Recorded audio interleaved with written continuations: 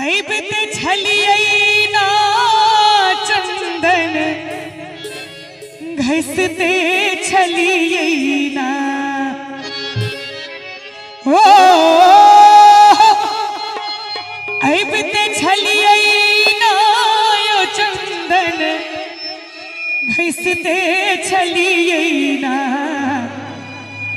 बाबा यो डमरू किए बजेलो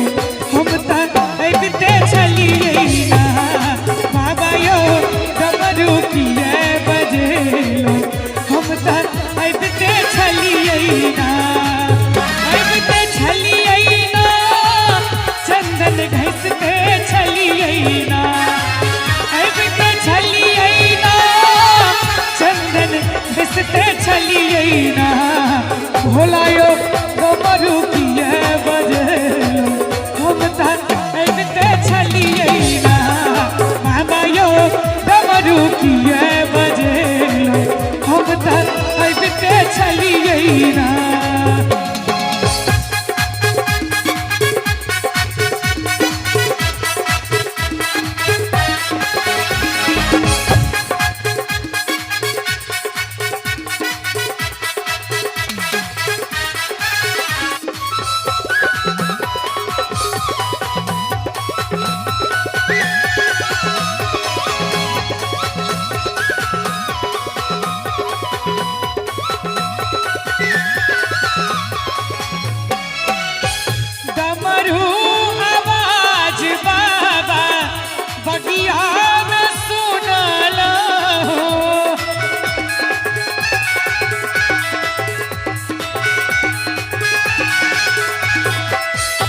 डमरू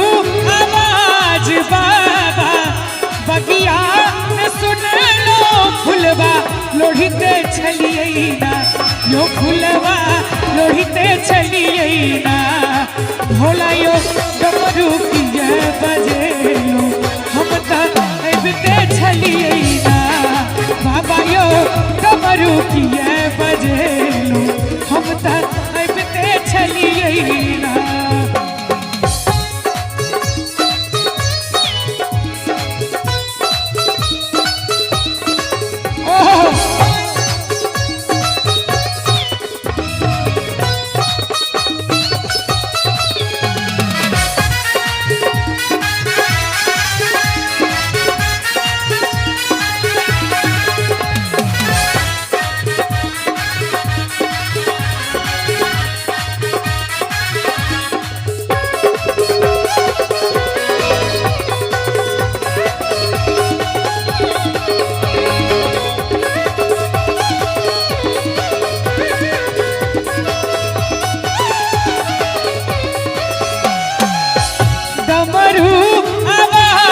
बाबा महला में सुनला हो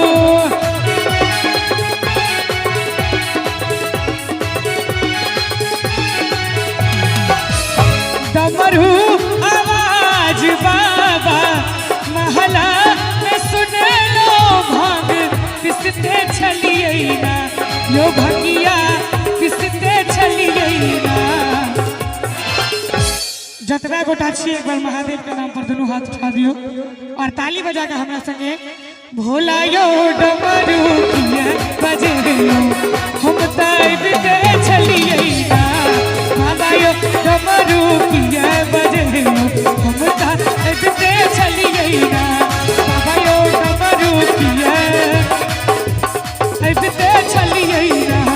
बाबा यो डमरू किए बजेलो हम त आइबते छलियै ना।